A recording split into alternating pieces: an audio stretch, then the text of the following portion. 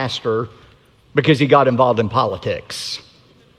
Unlike the majority of pastors, Christian pastors in Nazi Germany who remained silent under the reign of terror of Adolf Hitler, Dietrich Bonhoeffer could not remain silent. He stood up in his society. He spoke out against the evil of the government, and as a result, he lost his life. Dietrich Bonhoeffer, before he died, made this statement. He said, "Only he who believes is obedient, and only he who is obedient truly believes." There's an inseparable link between belief and obedience. You can't separate the truth. Wherever there's belief, there is genuine obedience. And we see that truth clearly illustrated in the story we're going to look at tonight. If you have your Bibles, I want you to turn to Daniel chapter 3. God gave Daniel the ability, remember, to interpret the dream of the evil king Nebuchadnezzar. And when Daniel recounted the dream and explained it to Nebuchadnezzar, remember Nebuchadnezzar's response?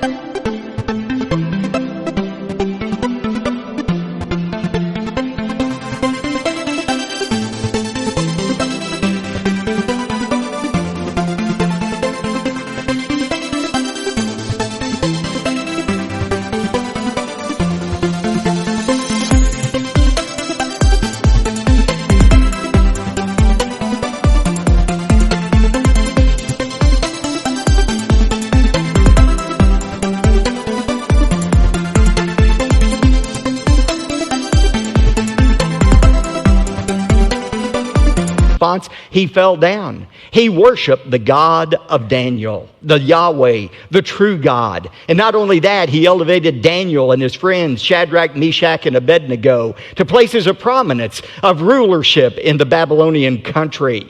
Now that was his first response, to worship God. But then in tonight's story, which takes place shortly after chapter 2, we see Nebuchadnezzar having a more humanistic response to this vision, a vision that said basically, Nebuchadnezzar, your days are numbered as king of Babylon. Babylon is going to cease. You're going to cease to exist. There's another kingdom coming after you. And notice Nebuchadnezzar's reaction to the truth that his kingdom would one day come to an end. We find it in verse 1 of chapter 3. Now Nebuchadnezzar, the king, made an image of gold, the height of which was 60 cubits. A cubit is about 1.5 feet. So it was a statue 90 feet high. Its width was 6 cubits or 9 feet. And he set it up on the plain of Dura in the province of Babylon. As Nebuchadnezzar thought about this dream and thought about the end of his kingdom, he said, you know what? I'm going to do whatever I can to prevent the end of my kingdom.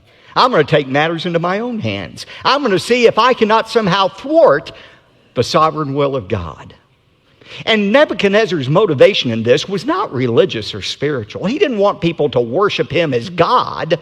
Instead, he wanted their political loyalty. He wanted people to bow down, kind of like saluting the flag, and pledge their allegiance to Nebuchadnezzar. That way, Nebuchadnezzar thought he could make sure that there was no rebellion against him that would cause him to lose the kingdom. Now, it's said that this statue, 90 feet high, 9 feet wide, was set up on the plain of Dura. Notice that in verse 1, the plain of Dura. Archaeologists have determined that this plain of Dura was 6 miles south of ancient Babylon. We were talking about archaeological evidence for the veracity of the Bible this morning. Some years ago, French archaeologist Julius Opère found on the plain of Dura a base, a large brick construction that was 45 square feet and 20 feet high that very well could have been the base of this great statue that was made of Nebuchadnezzar. Now, again, the reason for this statue was not spiritual, but political. Look at verse 2. Then Nebuchadnezzar, the king, sent word to assemble the officials of Babylon. That is, the satraps. They were kind of like city council members who governed over different provinces of Babylon. The prefects, the governors, the counselors. He brought them all up for the dedication of the image that Nebuchadnezzar had set up. And look at verses 4 and 6. Then the herald loudly proclaimed, "To you the command is given, O people, nations, and men of every language, that at the moment you hear the sound of the horn, the flute, the lyre, the trigon, the psaltery, the bagpipe, and all kind of music, you are to fall down and worship the golden image that Nebuchadnezzar the king has set up. But whoever does not fall down and worship shall immediately be cast into the midst of a blazing furnace." Now, verse 7. We find that the music is sounded. All of the instruments play. When the music starts, that's the cue for everyone to fall down and worship the image. And sure enough, verse 7 says, all fell down and worshiped the golden image that Nebuchadnezzar had set up. All except 3. We'll find out those 3 in just a moment. But just imagine the scene.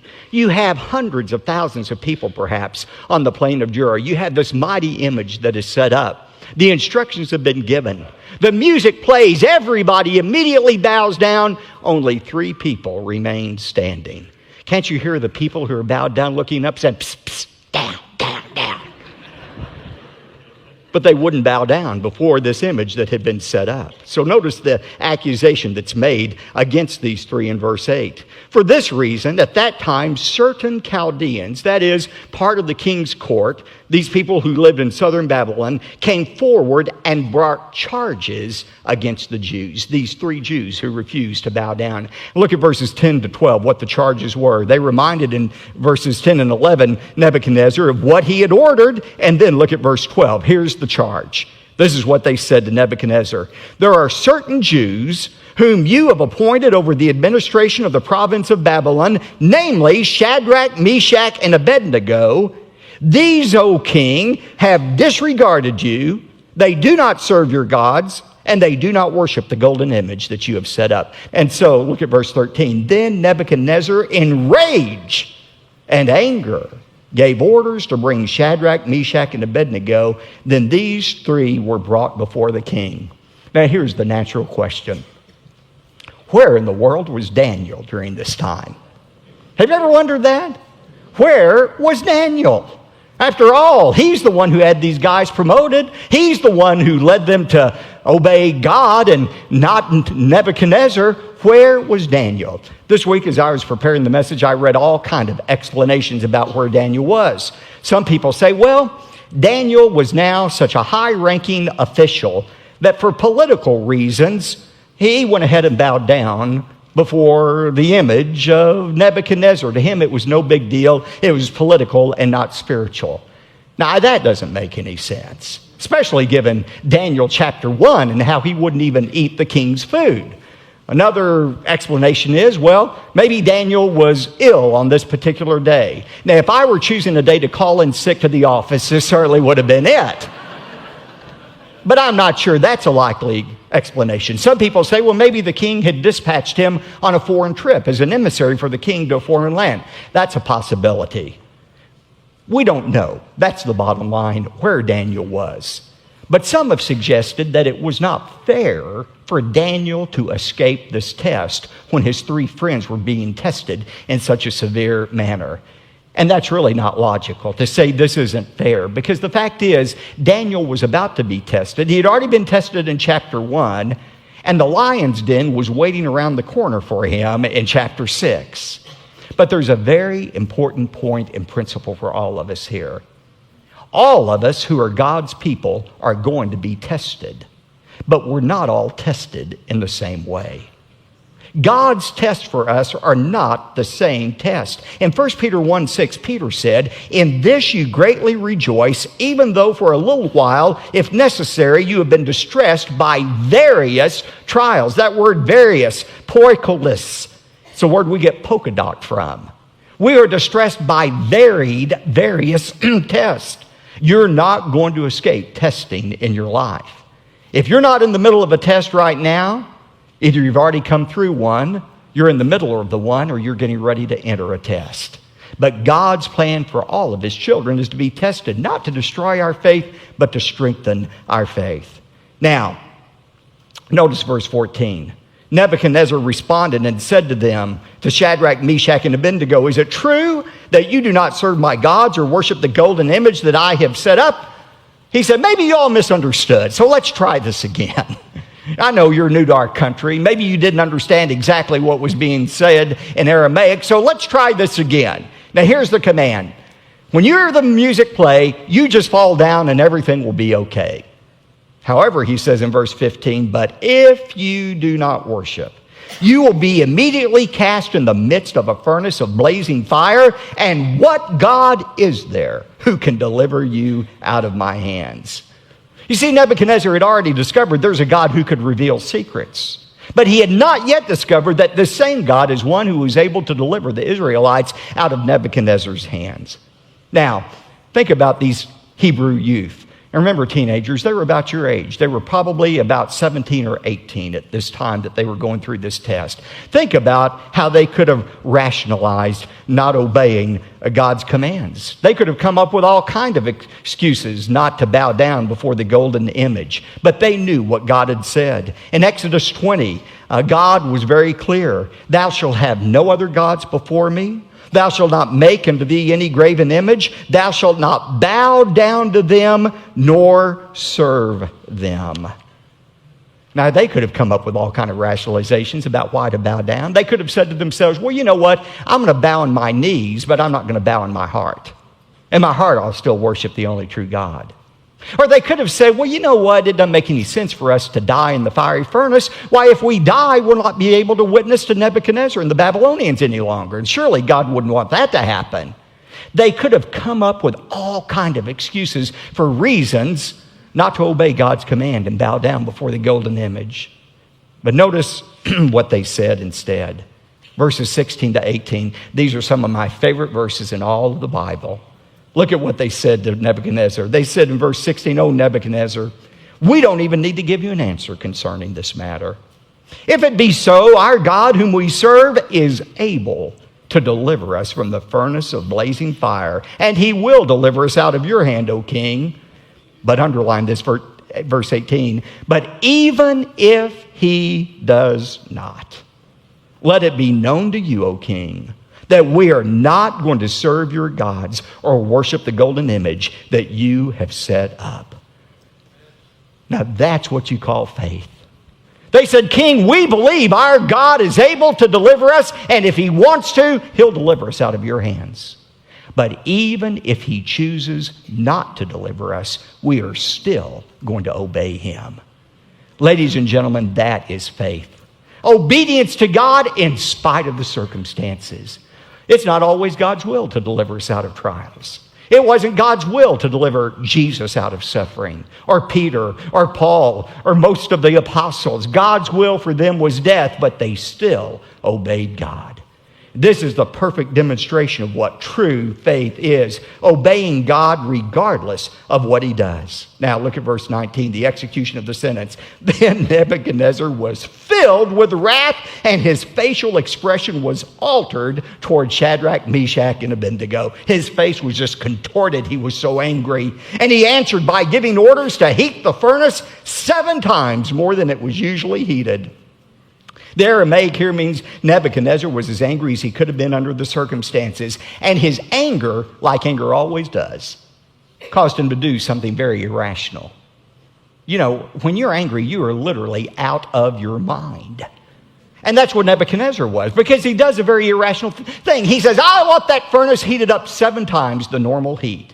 Now think about it. If he was really angry, as he was with these 3 men, he wouldn't want the temperature raised. He'd let it stay at the normal temperature so that they would suffer as long as possible in that furnace instead of being consumed immediately by it being 7 times hotter than it usually was.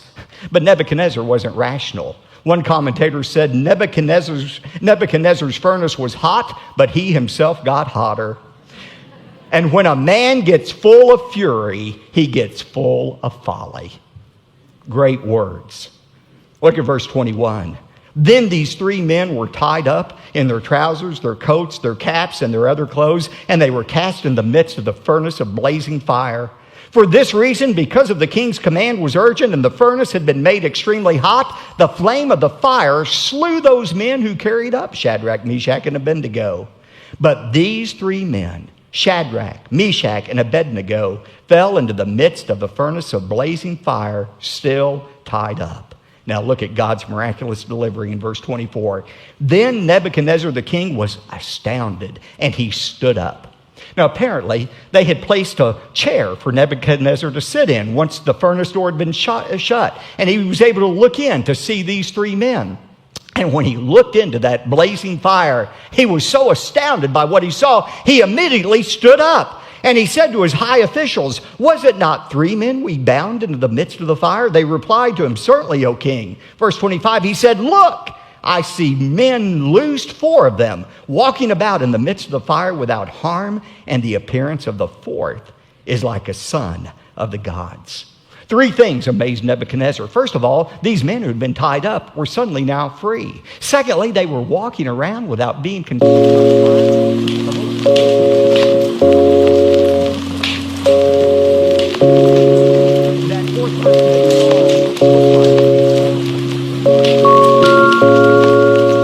Shadrach, Meshach, and Abednego came out in the midst of the fire.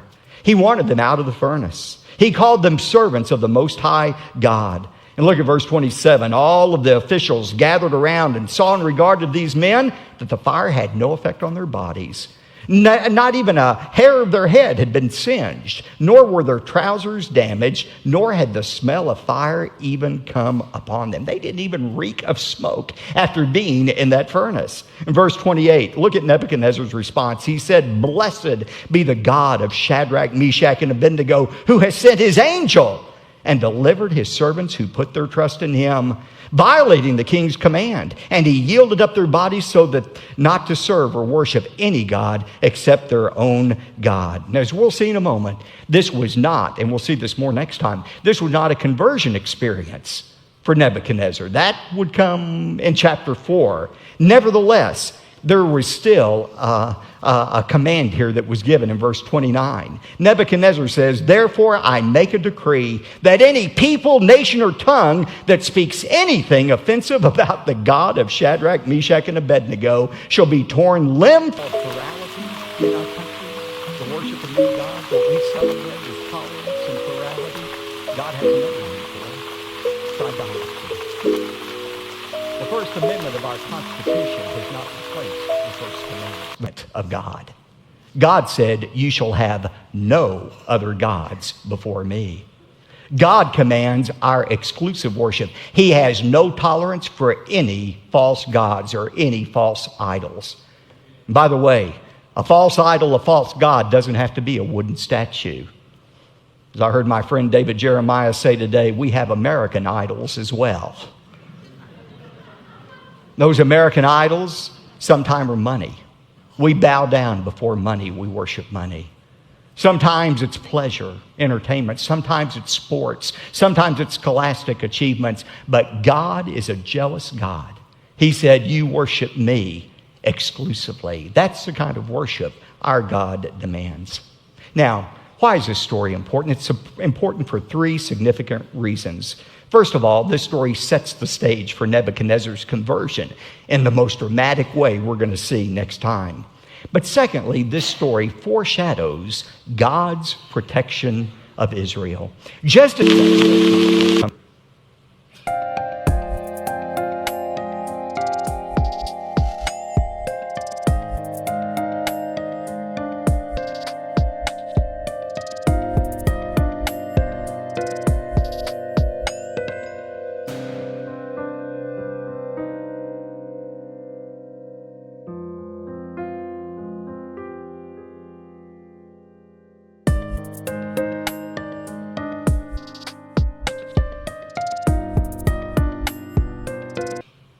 President Ahmadinejad will be eliminated before Israel is eliminated. You can rest assured, because Israel is God's nation, and Israel has the promise of God's protection.